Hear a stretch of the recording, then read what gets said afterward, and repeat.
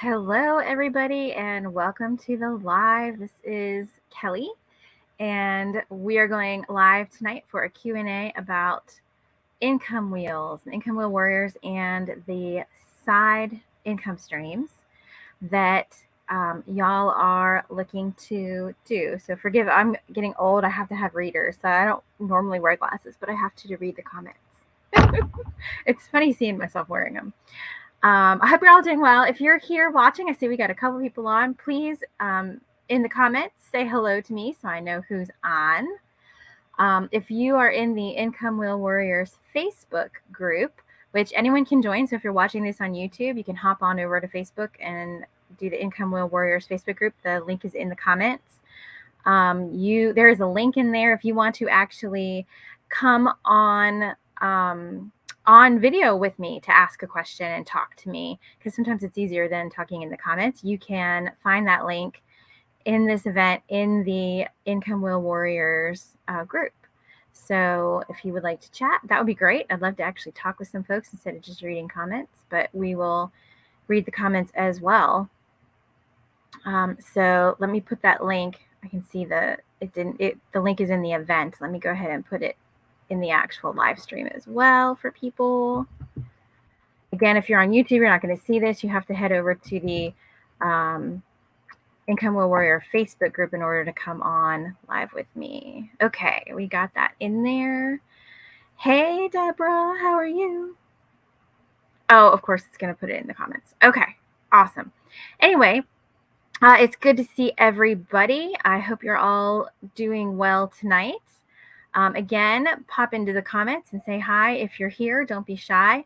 I'm going to start answering some questions. The people in our Income Wheel Warriors Facebook group did leave me some questions to talk about, so I'm going to go ahead and start with those. But first, let me just talk about what we're doing here tonight. So if you came across this and you haven't yet listened to the audiobook, it is free on my YouTube channel. So the YouTube channel is Kelly Phillips, but if you search Income Wheel Warriors, you have to use all three words. You should be able to find it. I can post the link as well.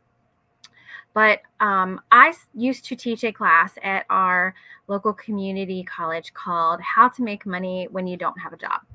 And it was a class that lasted 3 weeks, 3 nights a week. And we talked about basically all the just dozens and dozens of things you could do to make money really quickly.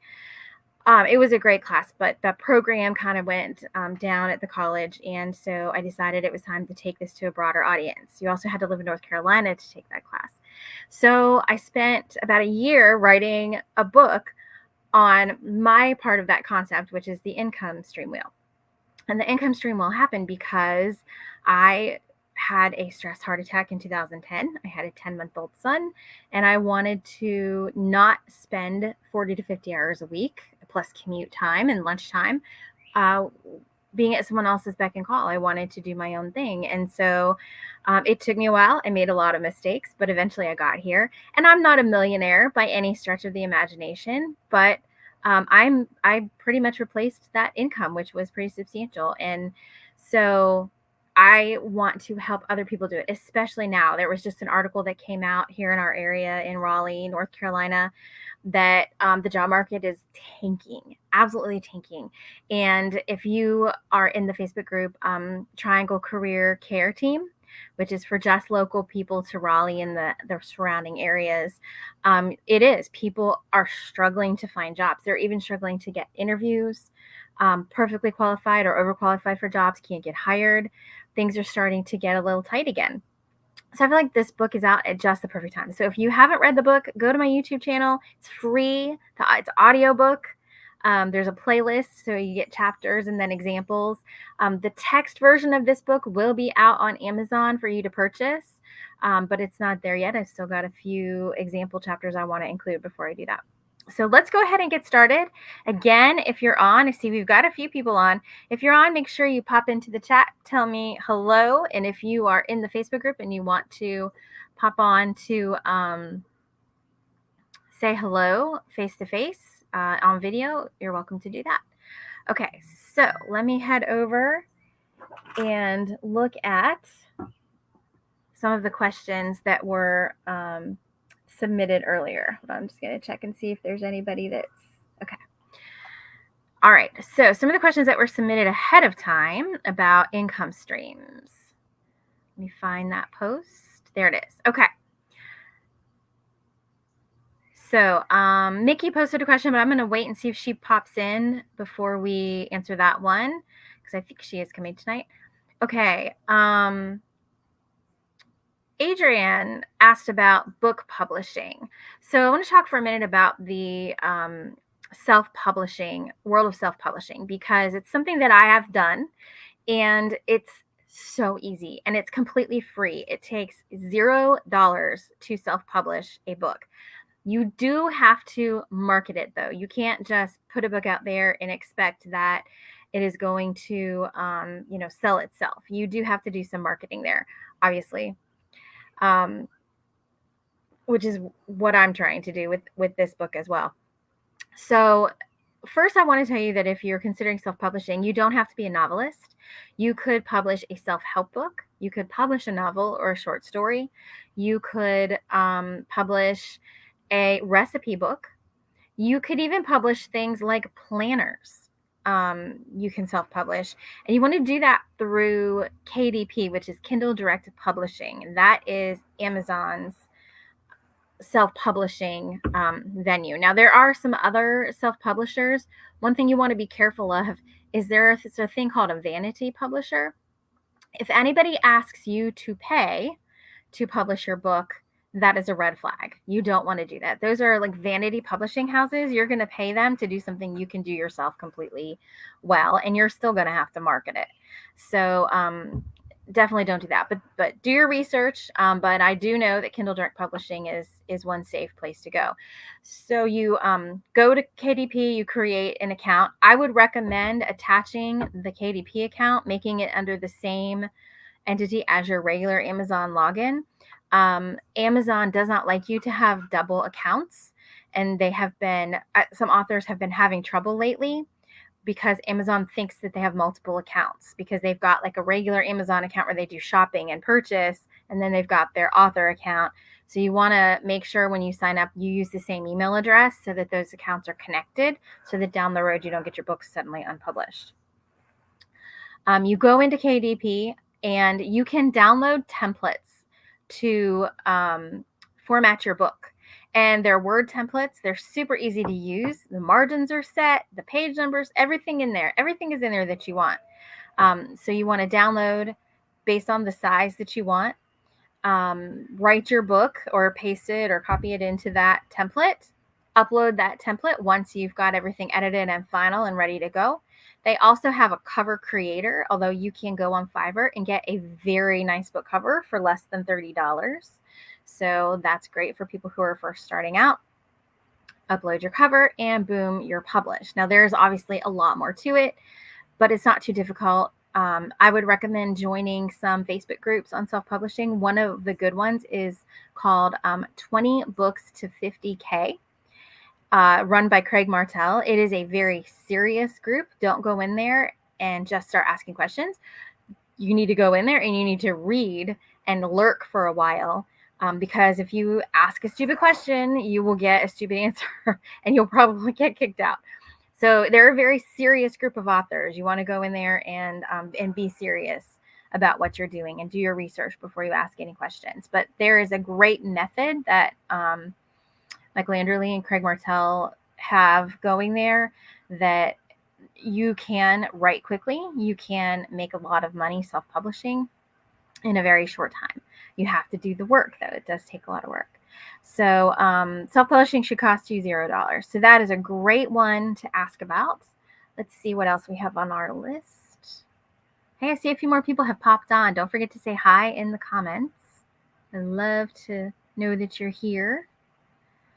Okay. Michael asked about Fiverr. Okay, actually, he asked a technical question, which I already answered. So hopefully that got resolved. Okay, Kathy asked, selling white label products, where to start? How do you identify niche products? Do you sell on your own site, Amazon, or others? And then she also asked for tips on advertising and promoting books. So we'll go to the white label stuff, and then we can go back to advertising and promoting books. Okay. So what are white label products first, just so that everybody knows? Hey, Mickey, how are you? We're going to get to your question next. Hey, Brian, good to see you. Oh, I know, I miss having the class too. You love doing legal focus groups, but you need some direction on where to find more opportunities. Okay, all right, we'll hit that after we hit the next one. So white label products. So what are they? White label or private label? So that's basically when you take a product that is already in existence, and the company, you don't do this without their permission, but the company has a private label or white label program, which means you can take their product, you can slap your label on it, and then you can sell it as your own brand. I love this. I think this is a great idea, especially if you're going to be selling on Amazon. Private labeling is a great idea because you can take a proven product. Some examples of things I've seen people do: mixed flavored nuts is one. Socks is another. Pill cases is one. Anything, sheets, there's clothes, there's all kinds of companies have private label. Now you do have to put a little bit of money into that up front to purchase the initial investment, and a lot of times they will package it and put your branding on it for you and send it to you ready to sell. The reason I like this for selling on Amazon is because when you sell on Amazon and you sell a product that has another company's brand, you are a seller on that product page. Okay. And therefore, you don't always get the buy box. You may have never noticed. Next time you go to buy on Amazon, look in the box that has like the price and the name of who you're buying from, and you might see this thing that says offers from other sellers. So there could be 20, 30, 50 people competing to get your sale. And most people don't even notice. It's just whoever, and it doesn't have to be the person who has the lowest price, wins that buy box. So you might want to always check and make sure you're getting the best deal on that product. But if you take that same, say, pair of socks and you private label it under your own brand, you can create your own listing for the socks. And then you always get the buy box. You are competing against other listings, but your socks have some unique attributes to them because your design is different, etc. It's got your branding on it. So private label is really great. In terms of finding a product, so I think it's a combination of finding a private label program that fits your needs in terms of budget and availability and quantities, what the minimum order quantity is that they're going to have you purchase, and finding a product that sells well. So if you go on Amazon and you download, any one of the really good Amazon helper plugins like Helium 10, for example, they can give you some insight as to sales volume for different products. So you want to find a product that has a decent, good sales volume, but doesn't have a ton of sellers. Now, I can't give you exact numbers because that's going to depend on the product you're using. If there's a really high demand and sales and there's a lot of sellers, you probably can still get a good piece of the pie. But if there's not very good demand and a lot of sellers, you don't want to touch it. Okay. So that just gives you a starting point to look at the private label stuff. All right. Oh, we've got Shonda on. I'm going to pop you in. I don't see your camera working, but let's see if we can get Shonda on the stream and see if we can hear. Hey, Shonda, go ahead and unmute. Let's see if we can hear your voice. Hi, Kelly. Hey, how are you? Good. Yeah, I updated new software today. Antivirus, and my camera's not working. That's always a fun moment, isn't it? What is up? Nothing. I just saw your live, and I had posted a question a couple of weeks ago. I don't know if it made it into your thing, and I was curious about print on demand. Oh yeah. Love print on demand. Do you have any just in general, or do you have any like specific things you're looking at doing? I just get started. I have a couple of designs I've come up with. I just need to, Yeah. get started. Oh yeah, I hear that's the hardest part, right? Yeah. I love print on demand. So I do it, and you probably, because you've been through a lot of my stuff, but we do print on demand for my husband's YouTube channel, which is Turbo Dawn Racing. Our website is print on demand. I was printing t-shirts, having t-shirts at my house, shipping them out myself, and it just got to be too much between all the different businesses that I have. So print on demand is where there is a company who does all of the printing for you. So, for example, I use Printful, which has headquartered in Charlotte, North Carolina, which is just across the state from me. But they also have warehouses all over the country and the world. And there's tons of print on demand out there. If you have a YouTube channel, Teespring, I think they rebranded as Spring now. You can use them and get your merchandise at the bottom of your YouTube. So print on demand is a great way for you to start your own t-shirt or home accessories or art company without having to put any money down. Okay, so for those of you who didn't know what print on demand was, you never have to touch the product. You take your design, like Shonda said, she's already got a couple designs ready to go. So she's going to take her designs and she's going to upload them onto some products through this website software.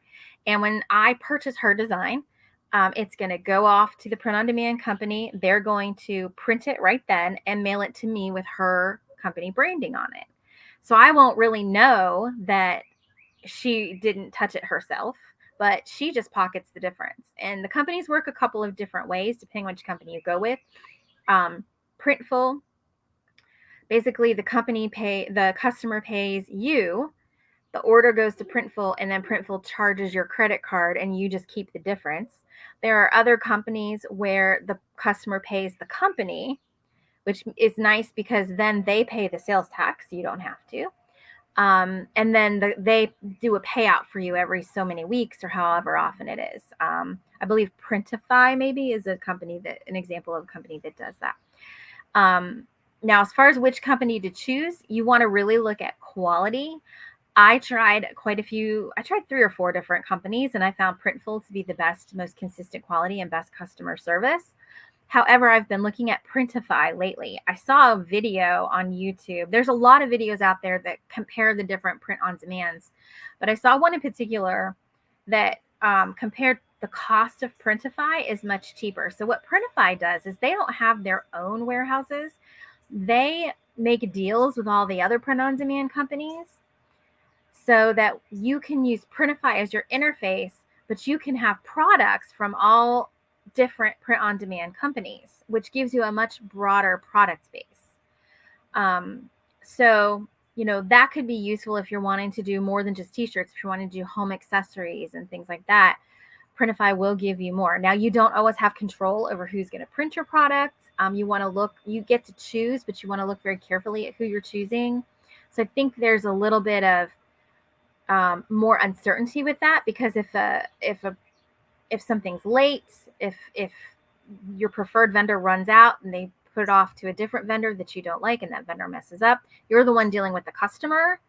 And it can be a little harder, I think, to get customer service out of the print on demand people. Whereas I've only had one mess up in the 2 years. I think it's been 2 years or 3 years we've been using Printful. I've only had one order mess up, and it's my fault because they notified me immediately that they didn't have the shirt in stock, and I didn't see it. And I should have gone in there and said, okay, they let me pick what shirt to use since they didn't have that one, and I didn't see it right away. So we had an order that was late, but they did help me and get that going. So those are just some pros and cons. Now, in terms of selling, because that's the big thing, right? It's not so hard to get your design and get it up there, but then how do you sell it? So you're going to need to develop some sort of an audience. When you're first starting out, it might be easiest to connect your print-on-demand store to a marketplace like Etsy or eBay. I've not had a lot of luck selling print-on-demand on eBay. I've had better luck selling it on Etsy. So you might want to start there.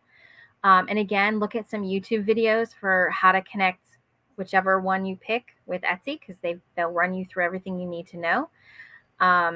But I would do that because people come to Etsy when they're looking for something to purchase. Etsy brings in the buyers for you. You're not having to drive them. But once you start getting some traction on Etsy, you can set up your own website and develop that audience, make sure you get their emails so you have a mailing list. You guys kind of know the spiel, and then you can go well. Now, I know my friend Anne, she started a YouTube channel. All she does, because she didn't want to be on camera, all she does is she puts her GoPro out and she films her bird feeders. She's gotten really, really good at this, like knowing how to place the camera, how to edit the videos. She's growing her channel amazingly. And she's also starting a print on demand line. Like literally right now, we just had to talk about this today. She's getting some stuff out there on Etsy. So she's doing everything bird related, because what she's doing is she built up her bird audience with the YouTube channel. And now she's going to add to that with the print on demand. And so that's how the income wheel works, right? You want to pick an audience and then do several things that appeal to that audience so that you're not having to, do extra work to build multiple audiences. Because trust me, I'm doing that right now, and it's a lot of work. All right. Anything else, Shonda? Anything specific that I didn't cover?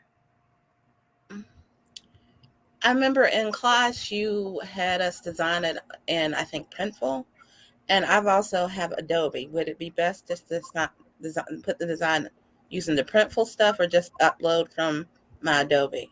If you know how to use Adobe, I think you'll do much better. You'll get more sophisticated designs.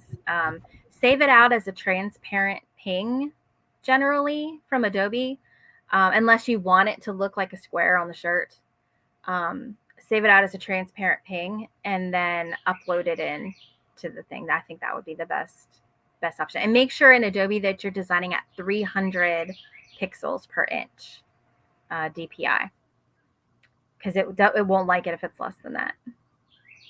And it's hard to scale it up. If you start designing at 72, which is often the default, it goes blurry when you try to scale it up to 300. Okay. So good questions. Thank you. Anything else before I let you go? No, those were my main questions. Thank you very much. Yep. Make sure when you get your store out there that you post it in the group so we can all give you traffic. Okay, I will do. All right. Thanks for coming on. Again, if you're in the Facebook group, you can grab that link and jump on. Hey, Carmen, how are you? Oh my gosh. Been seeing you forever. Gosh, I miss you guys once we're done with class. I'll tell you what. I get to know you really well, and then you're just gone. I don't know what to do. Okay, so we've covered that. I think the next thing I said I was going to cover, if you guys have questions, pop them in the comments, okay? We're going to get to Brian's here in a second. I think there was a second half to Kathy's that I'd started before I saw Brian. So promoting your book. So it depends on what kind of book you have, but I suggest a few things. Number one, a lot of authors have Facebook groups now. Again, it can be hard to get people in your Facebook group, though, when you are new, but author Facebook groups are huge. Also, TikTok, they call them book talk. Just going onto TikTok and doing like page flip videos or reading a little section of your book can really help and really drive traffic. Those are some good things to do. Let me think, what else would I do? Definitely pins on Pinterest and, pictures on Instagram. That's, you can kind of do that as normal. I would say that you have to spend a little money for this, but one of the best ways, low cost ways to reach people is Facebook ads. I do really good. I keep a Facebook ad running for my paper bead business constantly, and I do it for my husband's drag racing stuff, not constantly, but pretty often. I'll run $1 a day Facebook ads. There's a whole art to creating Facebook ads I won't have time to go into, but I will say what I normally do is I'll come up with a couple different designs. I'll run like 3 ads at the same time. I'll watch the stats on them, and I'll see which ones are doing best. And then I turn off the 2 that are not doing as well. And then I just run the 1 for $1 a day. So I might put $10 a day behind those 3 for a week, and then turn them off and just do $1 or $2 a day every day on the ad that does the best. There's a lot to learn about Facebook ads. One of the other tricks is, and you have to have permission make sure when you build a mailing list that I'm sitting out here on my screened-in porch, but I'm getting some bugs.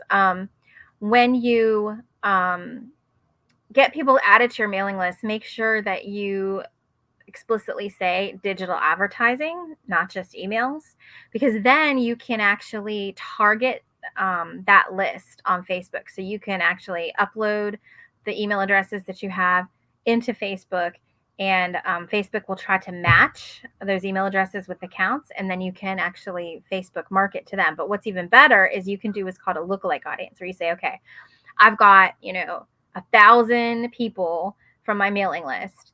Now go find people like them. And then Facebook will go look at all of its accounts, and it'll find, 1,000,000 people that have similar attributes to the people that are on your mailing list.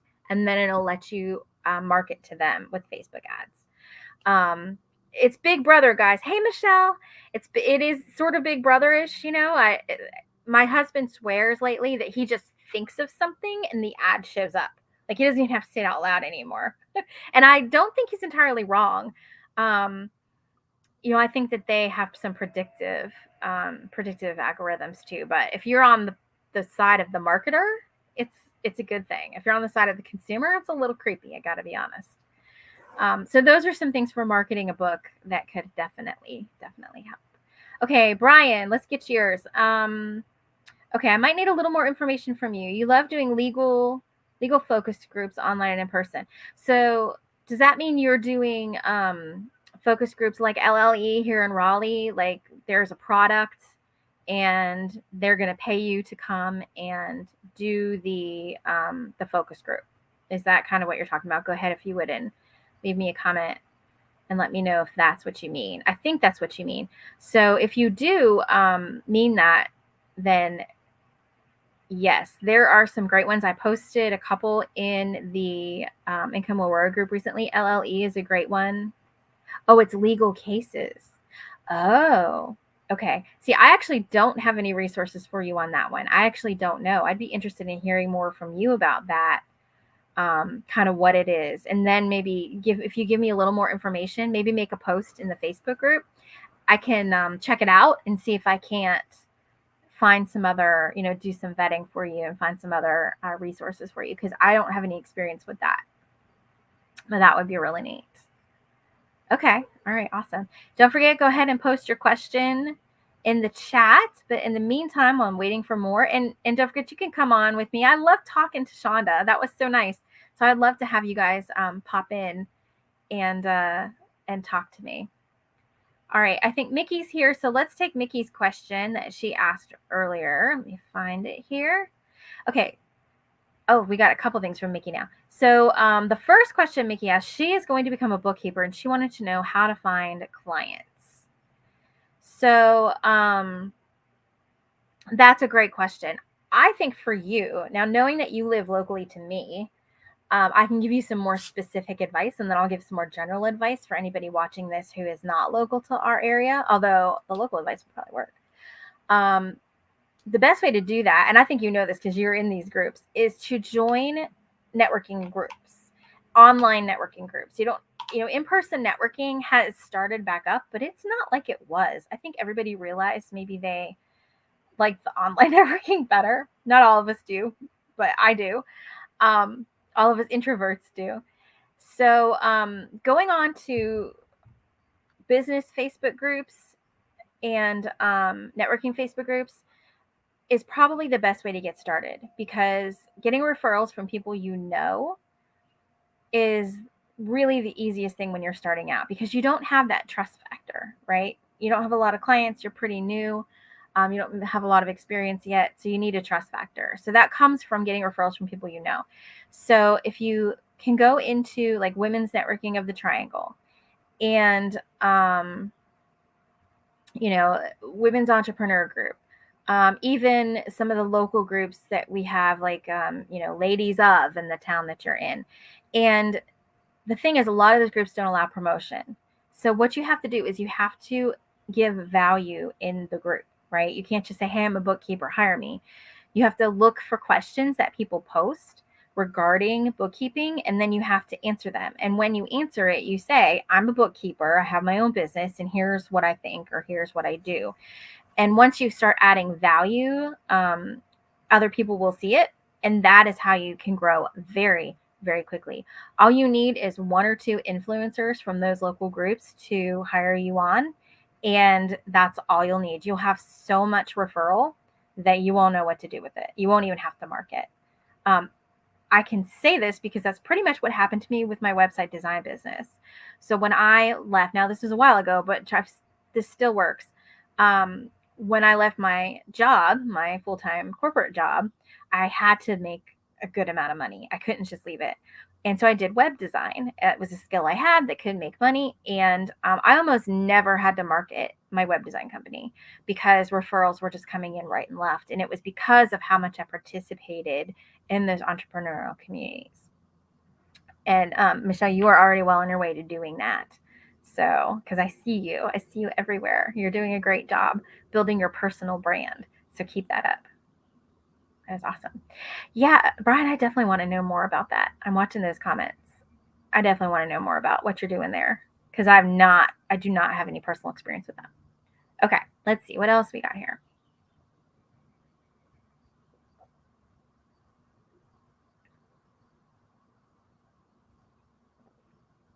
Susan, I don't think she's on. She wants to use her gift of gab and compassion to talk with people. If she's on, we'll dive into, because she's got some special stuff. She's got social work background. So we'll dive into her because it's a little more specific. Amy says selling on eBay.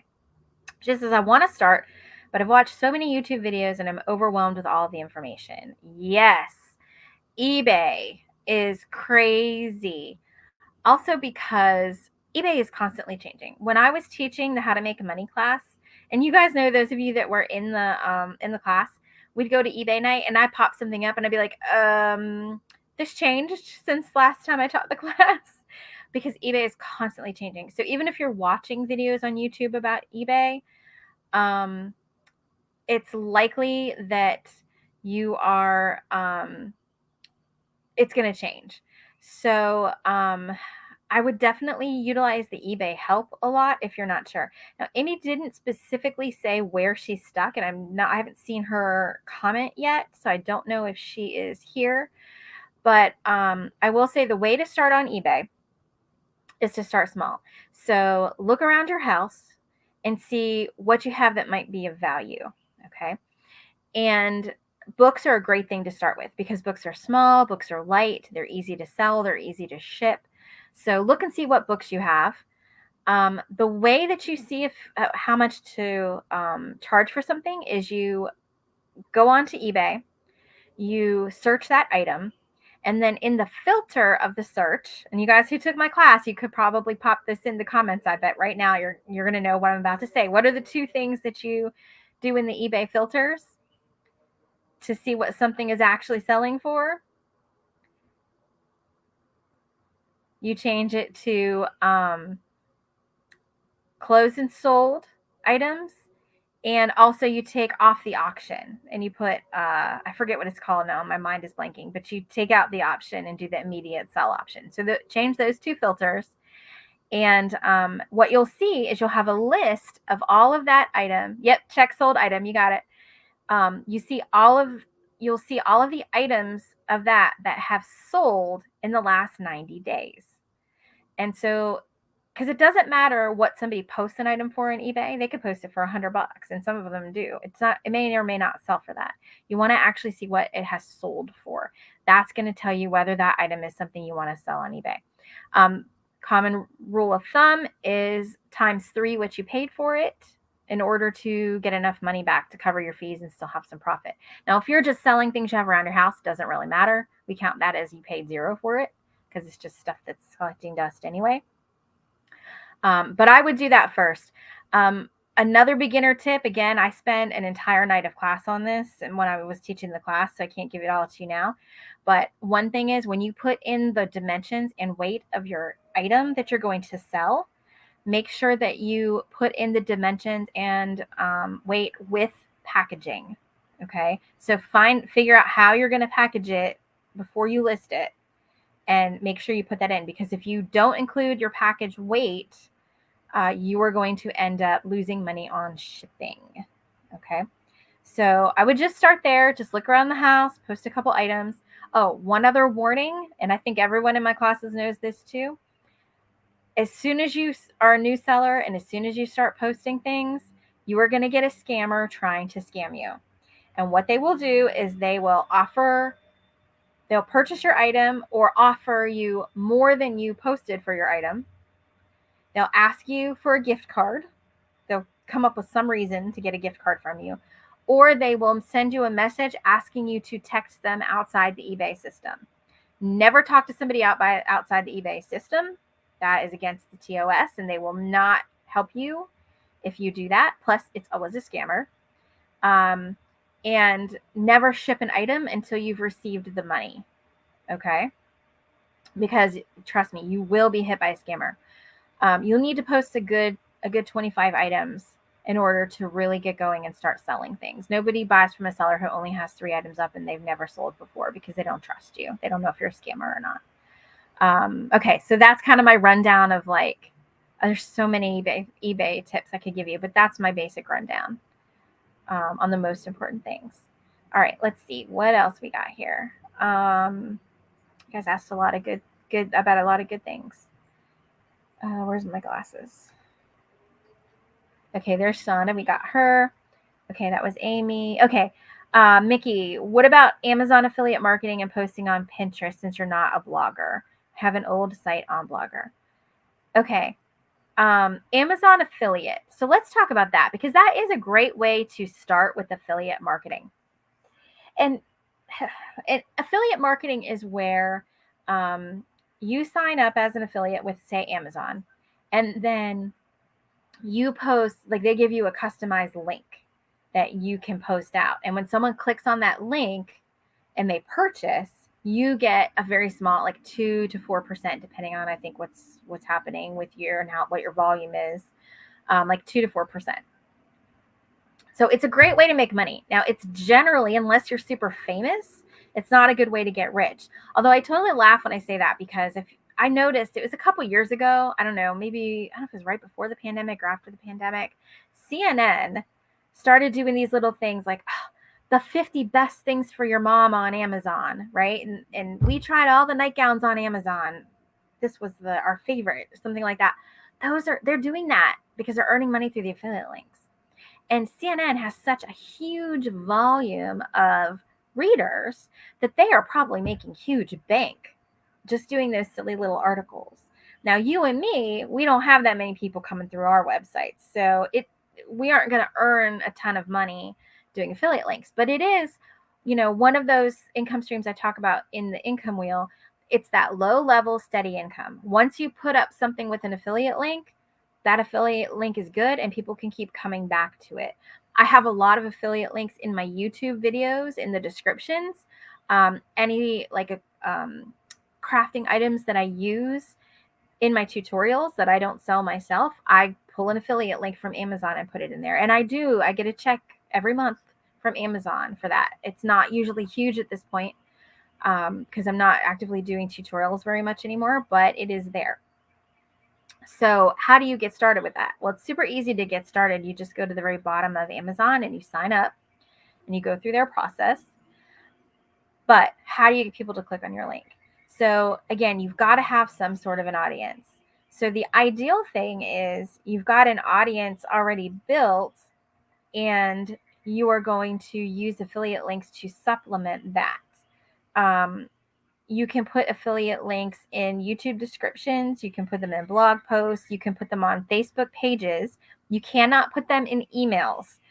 The rule with Amazon, you need to read the TOS when you sign up because it tells you all these rules. But the rules are they have to be able to see where the link originated from. And if the link is in an email, they can't tell. Same with a closed private Facebook group. They can't tell where the link comes from. You will not get credit for those items. Okay. So they do have to be open. So you could develop a Facebook page. For example, I have a Facebook page for my cat, Lucy the cat. Occasionally, I will post affiliate links on there for products that we like.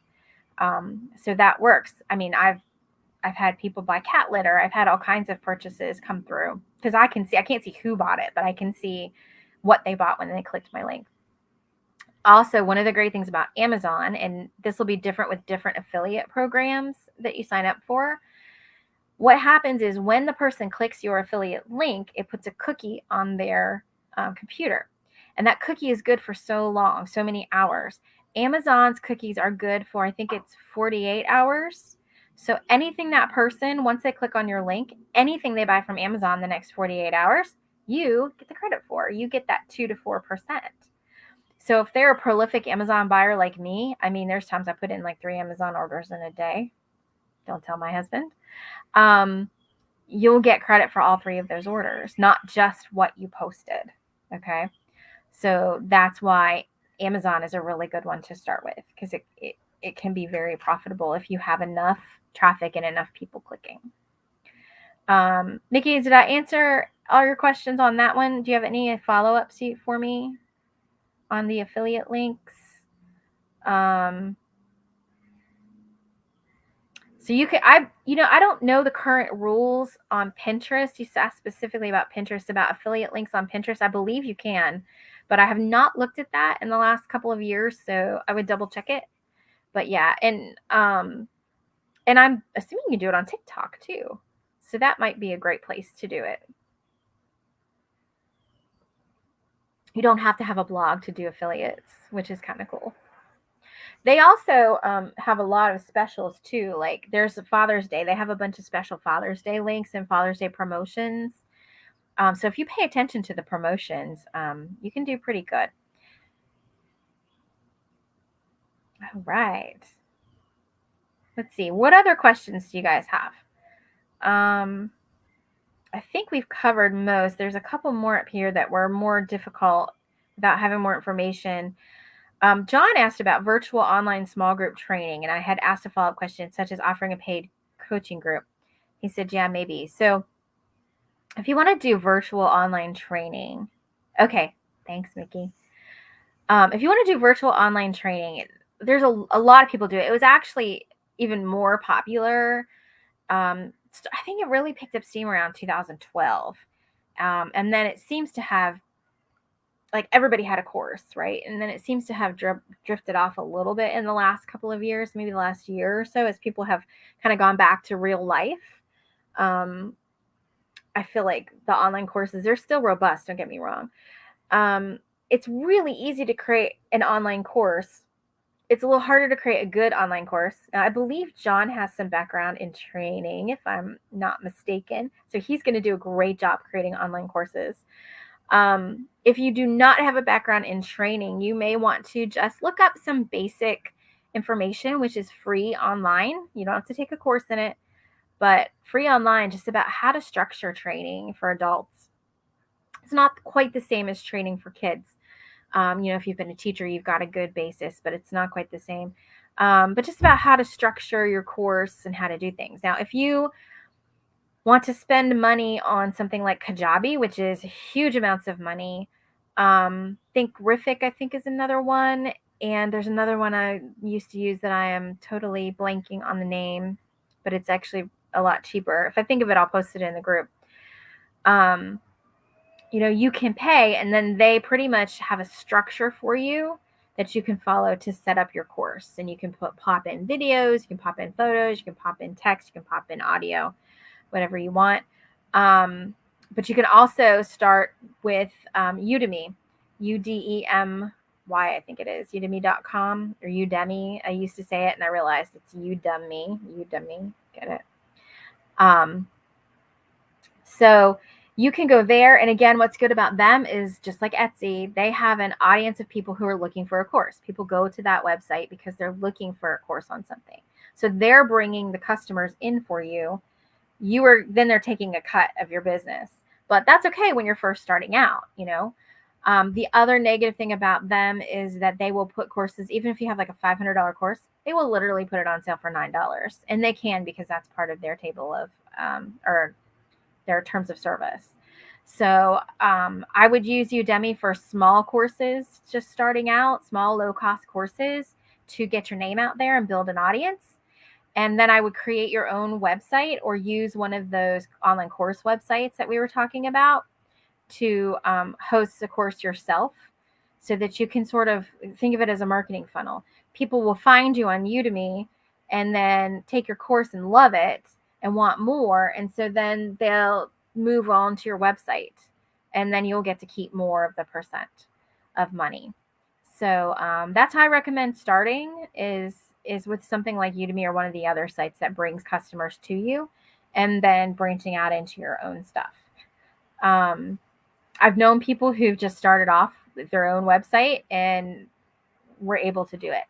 I will recommend a friend of mine who I actually met through an entrepreneur group. And let me see if I can go find her thing she just sent me. Her name is Bushra Azar. She's pretty amazing. I knew her before she was who she is now. But she has something called the Persuasion Revolution. Let me see if I can find her website and pop it in the comments real quick. Bushra is a genius in every sense of the word. She was a consultant making, huge multiple six figures when we both took Marie Forleo's B School back in 2011-ish, 2012-ish. And she created a multi-million-dollar business. So I just put it in the comments. Thepersuasionschool.com is her website. Join her mailing list. She's got a challenge coming up in 2 weeks, a free challenge. So if you need some help learning how to write marketing copy or how to talk people into purchasing from you, Mickey, this would be a good one for you. Go join her mailing list. And when she sends you the email about her challenge that's coming up, join it. She is a brilliant salesperson. She is brilliant at copy, like learning how to persuade people to purchase, and not in a sleazy way at all, but in a way it's psychology. She uses psychology to do it, and she is above board in every sense of it. I just love her to death. She's very high energy. I'm just warning you, very high energy. But yes, love her to death. So thepersuasionschool.com, Bushra Azar, she is the real deal, and she will teach you how to sell your stuff. And you don't even need to purchase anything. She gives away so much free content. Just eat up all her free content before you decide, and then choose what of hers, once you start making some money, choose what of hers you would like to invest in. All right, let me see if there's anything else. I know we've been on not quite an hour. I was planning on spending an hour with you guys. Someone else should come online with me.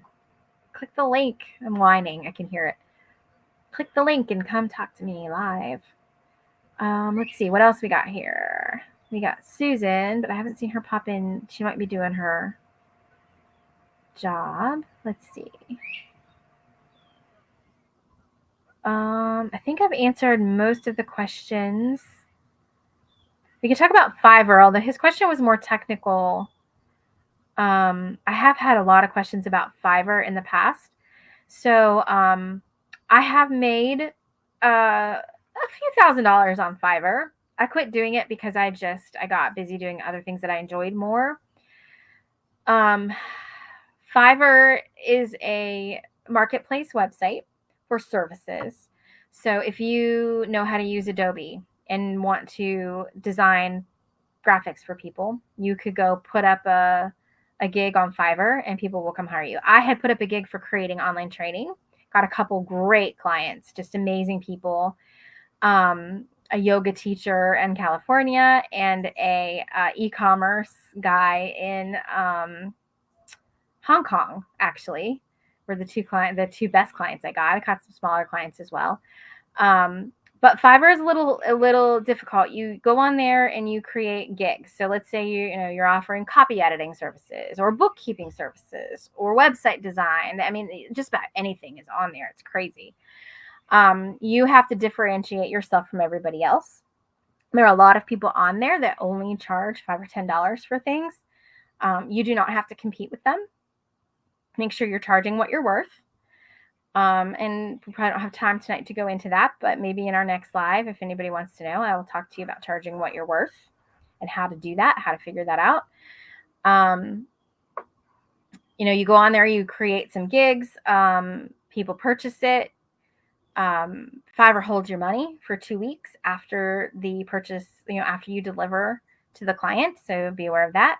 And when you're pricing, remember that they have fees. The first time I posted a gig there, I completely forgot to calculate in the Fiverr fees when I priced it. So make sure you do that. It can be hard. Sometimes you post a gig and crickets, right? So what I would do is just keep experimenting. Think of it as a big experiment. You post a gig on Fiverr, you don't hear anything. Change your little thumbnail picture. If you don't hear anything within a week, change it again. Change your pricing. Just change something, wait a few days, change something else until you find the thing that gets people going and that gets people noticing you. That's really the only way to do it. Once I found the magic combination for me, I had more people. People were just slamming me with requests. It got too busy. I couldn't even answer everybody's request. So that's the way to do it. Don't lose heart because you're not hearing from anybody. Also, you'll need to market yourself outside of Fiverr. Take your Fiverr profile link, post it on Facebook, ask friends to share it.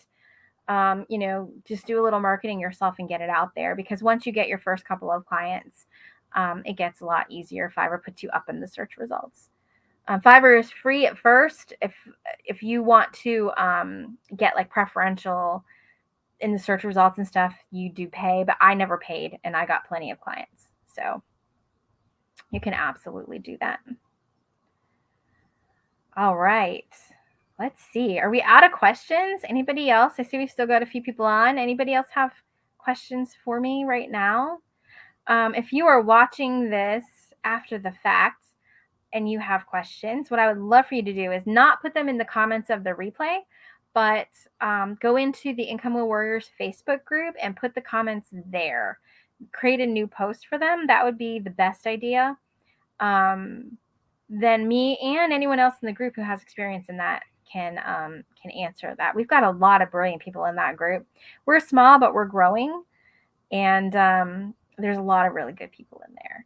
So make sure that you have listened to the audiobook on my YouTube channel. Make sure you've subscribed and liked the videos and shared the videos. So let me explain a little bit about what we're doing with this. So the audiobook is free. Eventually, the channel will get monetized once I have 1,000 people and 4,000 watch hours. I'm far from that right now. So the more you can share and ask your friends and family to subscribe to my channel, I would really appreciate it. The fastest we can get to monetization, the faster I can start putting money toward the live event. So I am also a new admin of Triangle Career Care Team, that Facebook group run by Susan Hart, my friend, who is amazing. And her and I want to partner up to do a live event in the fall here in Raleigh. And the general idea, we don't have specifics yet because it's still just sort of in the idea phase, but the general idea is it's going to be part job fair, part conference, and also side gig, all in one. Because if you've listened to my book, you know that having a job can be a part of your income wheel. You don't have to do just side gigs. A job can be a part of it. And so Susan and I wanted to partner together to do a live event. But in order to do that, we need money. So there is a workbook, companion workbook that goes along with my audiobook. It is $5, but the money goes toward funding that event. It does not go in my pocket. Goes toward funding that event. And also, once this channel gets monetized, if we can get it monetized in time to raise some money, that money will also go towards the event. We're going to be looking for some sponsors as well. And we're not looking to make money off this event. If we can break even, that would be amazing. So Susan and I are going to get together about that over the summer. And we're going to, maybe ask for some volunteer committee to help us plan it, because it's way too much work for just 2 people. So if you're interested in that, watch for that call, because I would really like to get a good group of people to help us plan that. Oh, thanks, Mickey. That's awesome. I'm glad you liked it. I'm glad you got to finish it too. There are going to be some more chapters in the book, more example exercises, at least more examples. So anyway, that's the deal. Please like and share the videos. Volunteer for the live event to help us plan if you have the time to do that. If not, that's fine. We'd just love you to come whenever we do have it. And yeah, other than that, I think this is a lot of questions for tonight. So I hope you guys found this really helpful, and I hope you put those income wheels together, act on it, do it, because it looks like we may be in for a little bit of a bumpy ride over the next couple of years. I know they've been calling for that, but I think it's finally here. And I want to see all of you getting through it without any worries. That would be my goal, my wish for you guys. All right, everybody have a wonderful night. Oh, and I guess I should have said this in the beginning, but I'm going to put the disclaimer in here now. I do need to have the disclaimer. I am not a financial advisor. I'm not a legal advisor. None of this should be construed as financial or legal advice. I'm just telling you what I do, what I did, what's worked for me, and I hope it works for you as well. All right, thanks guys. Good night, and I'll catch you later. Bye-bye.